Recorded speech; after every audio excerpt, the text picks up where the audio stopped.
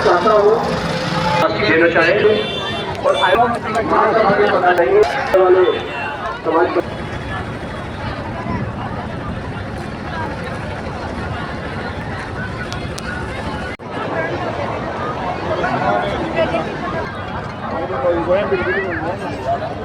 आगे रखें, जिसको नहीं मिला आप प्राप्त कर लें।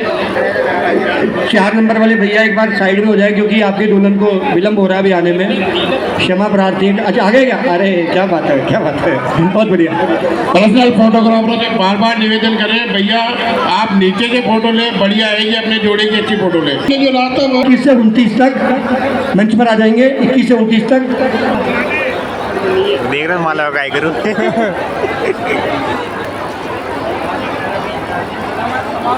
हाँ यही है।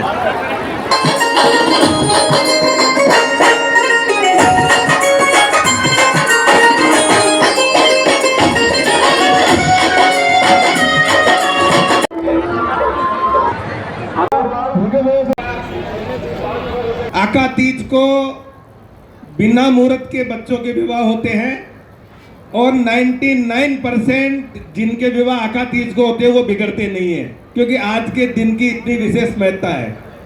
आज के इस पावन अवसर पर मंच की शोभा बढ़ा रहे हमारे अखिल भारतीय जागृत ब्राह्मण महासभा प्रदेश राजस्थान के पूर्व अध्यक्ष आदरणीय लखन शर्मा जी, राजस्थान की राजधानी जयपुर जिले के अध्यक्ष भाई मुकेश जी, सांगानेर तहसील में आयोजन हो रहा है, इसके दोनों अध्यक्ष हमारे बीच यहाँ उपस्थित है। मैं हमारे बीच में हमारी महिला शक्ति उपस्थित है, बहन नीलू जी और उनकी पूरी टीम।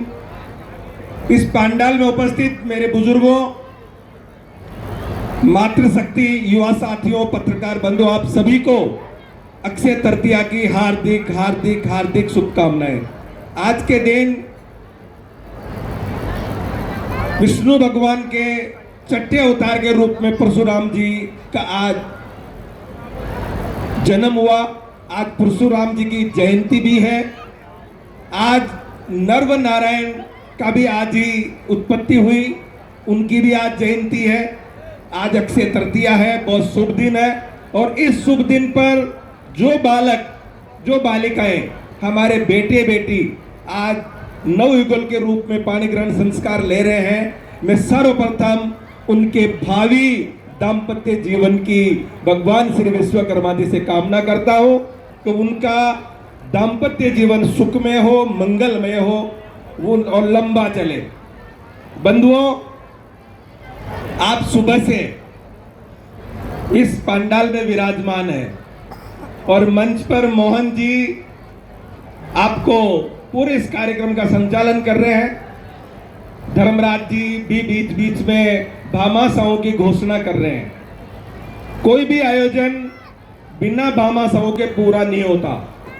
सामाजिक आयोजन जितने भी होते हैं, सारे भामाशाहों द्वारा जो दान दिया जाता है उसी से पूर्ण होते हैं। तो मैं उन सब भामाशाहों को भी सादर नमन करता हूं, प्रणाम करता हूं कि आपने जो धन दिया उससे ये कार्यक्रम हो रहा है। भगवान विश्वकर्मा जी आपके धन दौलत को दिन दुनी रात चौगुनी वृद्धि करें, ऐसी ही मेरी प्रभु से कामना है। मुझे लग रहा है इधर से जो मेरे देश की आधी आबादी है, देश की आधी आबादी है मातृशक्ति और आधी आबादी है हम पुरुष। और बिना मातृशक्ति के कभी पुरुष पूर्ण नहीं हुआ, अधूरा है। मातृशक्ति ही इस संसार को चला रही है। हम तो ब्रह्म में हैं, हम पुरुष जाति तो ब्रह्म में है कि हम चला रहे हैं, चला मातृशक्ति रही है। तो मैं चाहूंगा एक बार मातृशक्ति से अगर मेरी आवाज सुन रहे हो तो एक बार हाथ खड़ा करें। जो मातृशक्ति बेटी है, मुझे पता लगेगा कि मेरी आवाज सुन रही है। अब दोबारा एक बार और हाथ खड़े करना। आप सबको ओम जय जगदीश की आरती किस किस को आती है?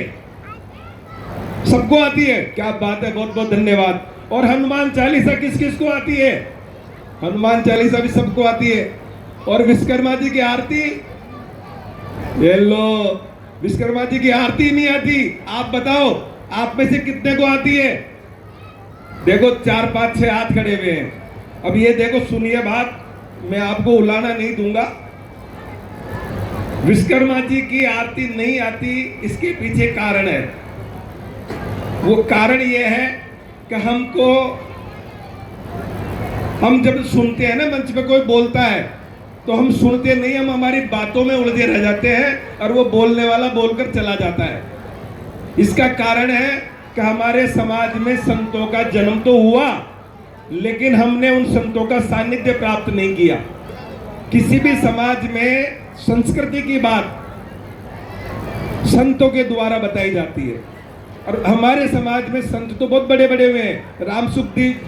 रामसुख दास जी महाराज इतने बड़े संत हुए हैं कि आज की तारीख में उनके बराबर का संत इस धरती पर नहीं है। वो हमारे समाज से हुए थे। आज गीता प्रेस गोरखपुर जो चल रही है, वो हमारे रामसुख दास जी महाराज की जो योजनाएं थी, उनकी मेहनत थी, उसके बलबूते चल रही है। तो बंधुओं, मैं 5 मिनट बोलूंगा। जो इस पांडाल में बैठे हैं वो कृपया अपने कानों को इस मंच की तरफ रखें, मेरी बात को सुने। आप सुनोगे तो मेरा भी भला होगा और आपका तो होगा ही होगा। देखिए, हम घर में शादी करते हैं, विवाह करते हैं, गृह प्रवेश करते हैं, जो मुंडन संस्कार करते हैं, जो भी मांगलिक आयोजन करते हैं, हम सबसे पहले कौन सा काम करते हैं? गणेश जी महाराज को आमंत्रित करते हैं। करते हैं कि नहीं करते? माता बहने बताएं। सबसे पहले गणेश जी की पूजा करते हैं कि नहीं करते? करते हैं। अब गणेश जी महाराज कौन है, इस बात का हमें पता होना चाहिए कि हम जिनको सबसे पहले प्रणाम करते हैं, उनका पूजन करते हैं, अभिनंदन करते हैं, वो कौन है? तो मैं आपको ये बताना चाहता हूँ कि हमारा इस समाज का, जांगीर ब्राह्मण समाज का जो प्रथम पुरुष है, जो कुल देवता है, वो है भगवान अंगिरा ऋषि। हमारे समाज के प्रथम पुरुष है अंगिरा ऋषि, उनकी हम संतान हैं, ये हमें पता होना चाहिए। और विश्वकर्मा भगवान का अंगिरा ऋषि जी से जो रिश्ता है, वो नाना द्वैते का रिश्ता है।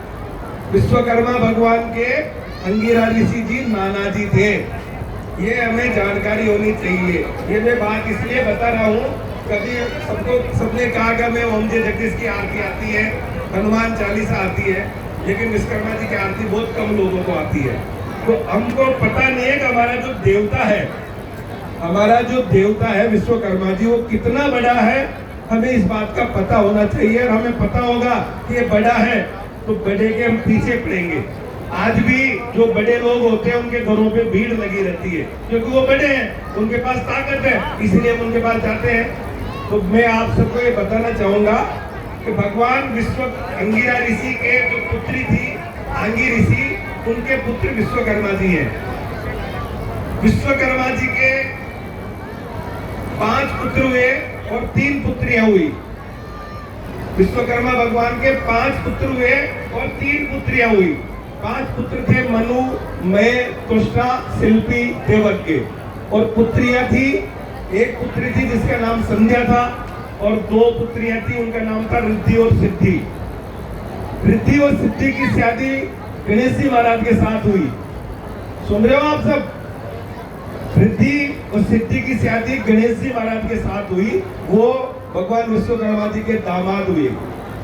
दूसरी बेटी थी जिसका नाम था संध्या। संध्या की शादी हुई सूर्य भगवान के साथ। जिन सूर्य भगवान को हम सुबह नहाने धोने के बाद में जब पूजा करते हैं, तो सबसे पहले सूर्य भगवान को हम जल आराध्य देते हैं। वो सूर्य भगवान भी विश्वकर्मा जी के दामाद है। अब आ जाओ सूर्य भगवान के पुत्र पुत्री। सूर्य भगवान के यमराज पुत्र है, शनि पुत्र है और यमुना पुत्री है।